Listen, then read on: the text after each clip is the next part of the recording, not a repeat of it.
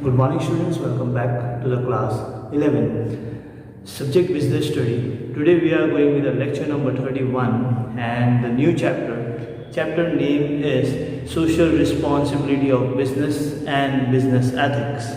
In this chapter number 6, we will study about how business has a certain responsibilities towards society. In this chapter, we have to study till the concept of causes of pollution and the one more topic which is considered as business ethics. It has been omitted or it cannot be there for this year as it has been deleted by the CBSE board for this year. So business ethics topic will not be done for this year. We will carry forward all the contents related to the social responsibilities till the end of cause of pollution. Now let's begin with the topic known as social responsibilities of business.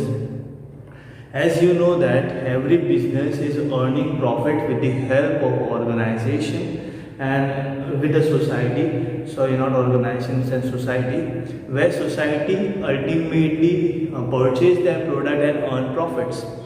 As you know that organization produce goods and services for the needy persons or who are making the demand of that product, and from that purchasing and selling organizations gets benefited and they are earning profits.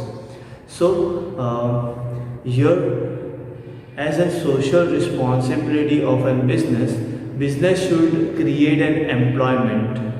Then business can generate social benefits to the common people by providing reasonable price and good quality of product. This kind of things are been coming under the social responsibilities. Social responsibilities are related towards the society's benefit. So here you should know that organization should work according to the rules and regulations and take care of a society. They should give benefits to the society and then they can get huge benefits as a royalty. Royalty nothing but it's a trust of a person's. Once the trust has been gained, then your product will be sell out by very easy means. You should not invest huge money in advertisement after getting a trust of a customer. In social responsibility, many organizations do social work as their duty, but some organization doesn't. So it is not mean like that every company should follow social responsibility. It is a voluntary concept as social responsibility should come within. मैं किसी को जोर जबरदस्ती social responsibility नहीं करवा सकता. Social responsibilities अपने खुद के अंदर होनी चाहिए, खुद की विलिंग होनी चाहिए. जब विलिंग होगी तो ही आप आगे काम कर सकते हो. सोशल रिस्पॉन्सिबिलिटीज टूवर्ड्स सोसाइटी का मेन कॉन्सेप्ट यहाँ पर यही है कि आप एज एन इंडिविजुअल सोसाइटी को बेनिफिट्स करो. अगर आपने सोसाइटी को बेनिफिट किया तो ऑटोमेटिकली आपकी ऑर्गेनाइजेशन बेनिफिट्स की तरफ बढ़ेगी. सो हम लोग आज कॉन्सेप्ट की तरफ चलते हैं. Concept of social responsibility as I have written on the board. Let's begin with the concept. Social responsibilities of business to its obligation to take those decisions and perform those actions which are desirable in terms of objective and value of the society. As social responsibility is considered over here towards business की तरफ कुछ social responsibilities है. तो यहाँ पे आपको क्या ध्यान में रखना है, आपको ऐसा डिसीजन लेना है जो और ऐसा परफॉर्मेंस करना है या ऐसा एक्शन लेना है जिसकी सोसाइटी को एक्चुअली में नीड है. Society needs certain help and that help has to be provided by organisation. It is considered as social responsibility. यहाँ पे वर्ड यूज किया to take those decisions and perform those actions which are desirable in terms. Here you should be underlining that perform those actions desirable in terms of objective and value of the society. हमारी society की जो need है या हमारी society जो demand करती है एक बिजनेसमैन से, वो बोलते तो नहीं है, but it has to be seen by the business person, and that business person should requirely done that work without making any profit. बहुत सारी ऑर्गेनाइजेशंस ऐसी हैं जो फ्री मेडिकल कैंप क्रिएट करती हैं, तो वो क्या है? Social welfare. बहुत बार फूड चैरिटी होती है, बहुत बार क्लोथ चैरिटी होती है, बहुत बार आपको मॉनेटरी बेनिफिट्स भी दी जाती है, तो ये सब ऑर्गेनाइजेशंस आपको हेल्प करती हैं। तो ये सब क्या है? सोशल रिस्पॉन्सिबिलिटीज़ आप सोसाइटीज़ की टेक केयर करते हैं। यहाँ पर मैं आपको एक और एक एग्जाम्पल दूंगा। अभी रिसेंटली कुछ टाइम के बाद में दिवाली आने वाली है, तो दिवाली के जो फंक्शंस हैं उसको भी ऑर्गेनाइज किया जाता है। तो इस ऑर्गेनाइजेशन के कॉस्ट को बेयर करने के लिए कंपनीज अवेलेबल हैं। कंपनी सोसाइटीज़ के लिए इन्वेस्टमेंट कर सकती हैं और स्पॉन्सर कर सकती हैं उस पर्टिकुलर इवेंट को या प्रोजेक्ट को, लेकिन इसको हम लोग सोशल वेलफेयर नहीं कह सकते। सोशल वेलफेयर क्या है? जो नीडी पर्सन है उनकी हेल्प करना है, इसको कंसिडर कह सकते हैं सोशल वेलफेयर। तो as an business person, social responsibility is to be taken as an action. It has to be taken as a decision making. आपको डिसाइड करना है और उसके ऊपर एक्शन लेना है, और एक्शन लेने के साथ में आपको वो डिजायरेबल टर्म जो है उसको फुलफिल करना ज़रूरी है। तब जाके हम कह सकते हैं social responsibility has been taken place with the help of business. Now we are going with the one more topic considered as arguments for social responsibilities. As you know that argument for means advantage or favorable. I have mentioned advantage or favorable of a social responsibilities. The first point is mentioned here, justification for existence and growth. As you know that every business is being created for the society. It's a creation of a society, and it will provide the satisfaction of human needs. They produce goods and services. It is considered as justification. आपको अगर मैं clearly समझाने की कोशिश करूं तो यहाँ पर ऐसा बोला गया है कि सोशल रिस्पॉन्सिबिलिटी के अंदर बिजनेस जो है वो क्रिएशन है सोसाइटी की। सोसाइटी के अंदर एक बिजनेस क्रिएट होता है, उस क्रिएशन का मेन मकसद ये है कि ह्यूमन नीड्स की जो डिमांड्स है या फिर जो उनकी नीड्स है उसको नीड को फुलफिल करने के लिए, सोसाइटी को बेनिफिट करने के लिए companies goods and services produce करती हैं। तो इससे क्या होता है? इससे बिजनेस प्रॉफिट अर्न करता है। दूसरा, यहाँ पे बिजनेस सरवाइव करता है, और सरवाइव करने के बाद में वो एक्सपेंशन करता है in terms of growth. So यहाँ पे business activity day to day होती है, और यहाँ पे एज एन पर्सन अगर आप सोसाइटी को बेनिफिट करते हैं तो आपका एक गुड इमेज क्रिएट होता है। अगर आपका एक गुड इमेज क्रिएट होता है तो आपका ब्रांडिंग बहुत आसानी से हो जाता है।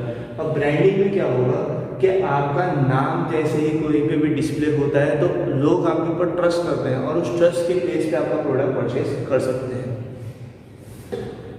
और इसी की बेस पे हम लोग सोशल रिस्पॉन्सिबिलिटी अगर करते हैं तो ये लॉन्ग टर्म इन्वेस्टमेंट हो जाता है। Next point is long term interest of the firm. As a social responsibility अगर आपने सेल्फ इंटरेस्ट दिखाया है, यहाँ पे खुद की तरफ से आप आ जाते हो सामने, और सामने जाने के बाद में सोसाइटी को बेनिफिट्स देते हो, गुड्स एंड सर्विसेज प्रोवाइड करने के बाद में एक्स्ट्रा सर्विसेज अगर आप क्रिएट करते हो तो लोगों के दिमाग में आपका एक गुड इमेज क्रिएट हो जाता है। You should take care of a social responsibility towards society, then share holders, then workers, then consumers, then goods or government officials, etc.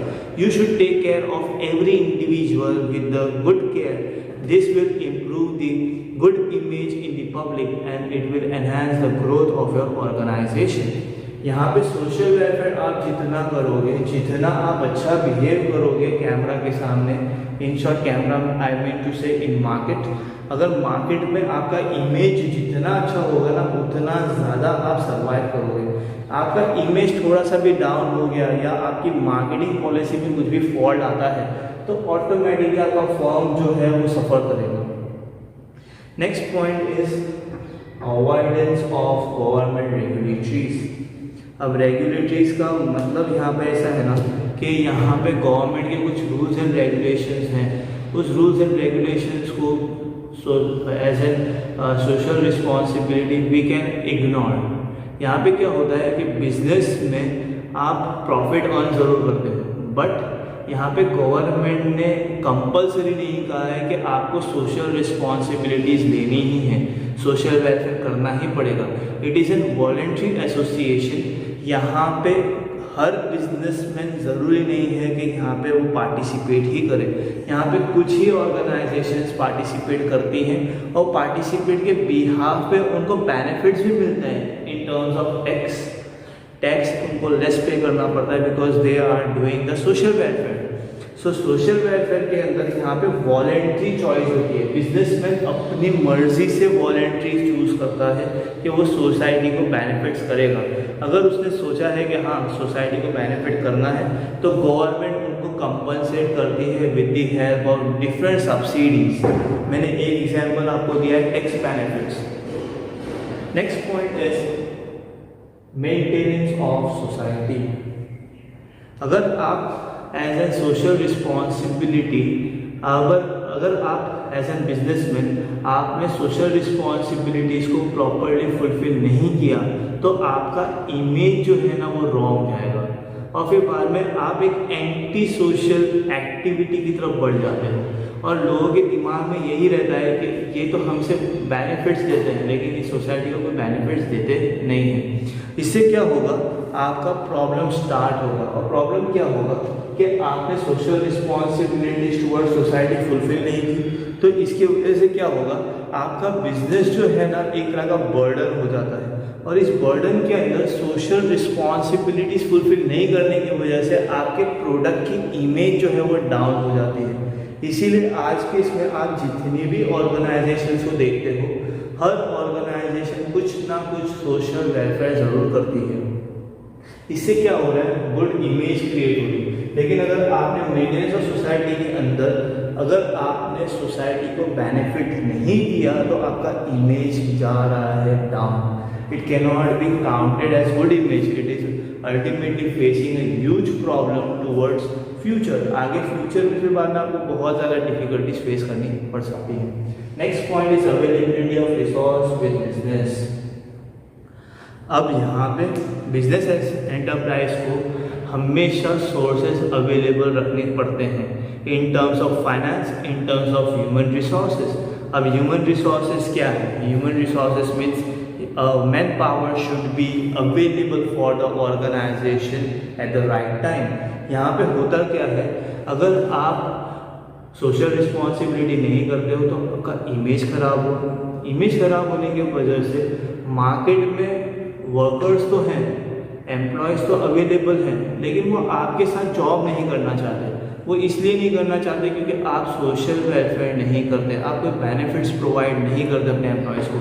तो इससे क्या होगा, आपका प्रॉब्लम्स बहुत ही ज़्यादा हाई हो जाता है। यहाँ पे टैलेंटेड पर्सन्स या technical persons, expert, capital resources, ये सब कुछ आपको हैंडल करना पड़ता है और यहाँ पे प्रॉब्लम सॉर्ट आउट करनी पड़ती है with the help of social responsibilities. Next problem next part of favouring is converting problems into opportunities. आपके पास अगर कोई प्रॉब्लम्स हैं या आपका कोई इश्यू है तो उसको आप अल्टीमेटली अपॉर्चुनिटी में क्रिएट कर सकते हो। जितना ज़्यादा रिस्क आप लेते हो उतना ज़्यादा आप प्रॉफिट बनाते हो। ये हमने सीखा है बिजनेस के पहले चैप्टर्स के अंदर। तो यहाँ पे आप जो भी प्रॉब्लम्स को टैकल कर पाए आपने प्रॉफिट अर्न कर लिया।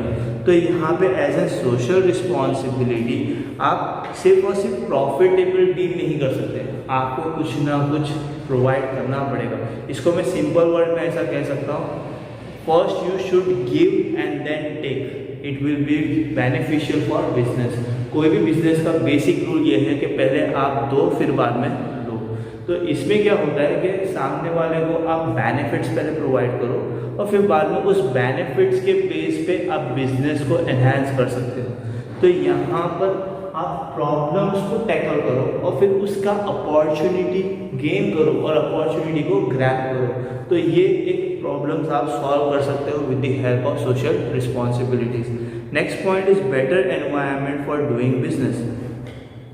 इस पॉइंट के अंदर अगर हम बात करते हैं business, better environment for doing business, अगर आप सोशल रिस्पॉन्सिबिलिटी प्रॉपरली कंफर्टली काम करते हो, as a social person you think about society, then your environment will be very much suitable for a business purpose. And अगर आप business properly करते हो तो बिजनेस प्रॉपरली करने के लिए आपको सोसाइटी को बेनिफिट्स देने पड़ेंगे और इसका एडवांटेज तब पता चलेगा जब आप प्रोडक्ट की लॉयल्टी हाई होते हुए देखोगे या आपका जो सेल्स है उसको हाई होते हुए देखोगे। तो यहाँ पे प्रॉब्लम्स आप सॉर्ट आउट कर सकते हो with the help of providing social welfare. आप बेटर एनवायरनमेंट क्रिएट करोगे, आप बिजनेस के अंदर प्रॉफिट्स करते रहोगे, जितना ज़्यादा आप डिस्काउंट्स प्रोवाइड करोगे, जितना कस्टमर का टेक केयर करोगे, उतना ज़्यादा आप ग्रोथ करोगे। Next point is holding business responsible for social problems. अब यहाँ पे बहुत बार हम लोग ऐसा भी कह सकते हैं कि सोशल एनवायरनमेंट या political environment, pollution environment, work unsafely, ये सब चीज़ें जो हैं ये एक रिस्पॉन्सिबिलिटी की तरफ हम लोग ले जाते हैं। फॉर एग्जाम्पल यहाँ पे मैं क्लियर करता हूँ, यहाँ पे ऐसा बोला गया कि holding business responsible for a social problem. कुछ सोसाइटी बेनिफिट जो हम लोग देते हैं, लेकिन यहाँ पे बहुत सारे लोग बिजनेस को ही प्रॉब्लम बोलते हैं जिसकी वजह से एनवायरनमेंट के अंदर पॉल्यूशन क्रिएट होता है। फिर दूसरा पॉइंट हम यहाँ पे ऐसा कह सकते हैं कि वर्क प्लेस जो है वो अनसेफ है, हेलमेट बराबर नहीं दिया गया, शूज़ बराबर नहीं है, लोग काम कर रहे हैं, ऊपर का जो छत है वो बराबर नहीं है, वो कभी भी गिर सकता है। तो अनसेफ एनवायरनमेंट यहाँ पे हो सकता है। थर्ड पॉइंट हम कह सकते हैं करप्शन। बिजनेस को परमिशन दे दी जाती है with the help of corruption, जो हार्मफुल है, जो हैजार्डियस है, फिर भी उसको आप परमिशन दे देते हो और वो कुछ भी गुड गाइडलाइंस यूज़ नहीं करता गवर्नमेंट के और उससे इम्पैक्ट होता है सोसाइटी को। इसको हम लोग टैकल कैसे कर सकते हैं? जब भी आप एज ए सोसाइटी पर्सन हो या आपने सोशल रिस्पॉन्सिबिलिटीज़ को टेक केयर किया है तो करप्शन है, अनसेफ एनवायरनमेंट है या पॉल्यूशन कंट्रोल है, उसको आप सॉर्ट आउट करो। अगर आपने उसको सॉर्ट आउट कर लिया तो आप बिजनेस को एनहांस कर पाओगे। We have seen introduction part, then we have seen the concept of social responsibility, and the last topic, arguments for the social responsibilities. In next video we will carry forward with the topic of against social responsibilities and some realities of social responsibilities. That's it for today. Thank you.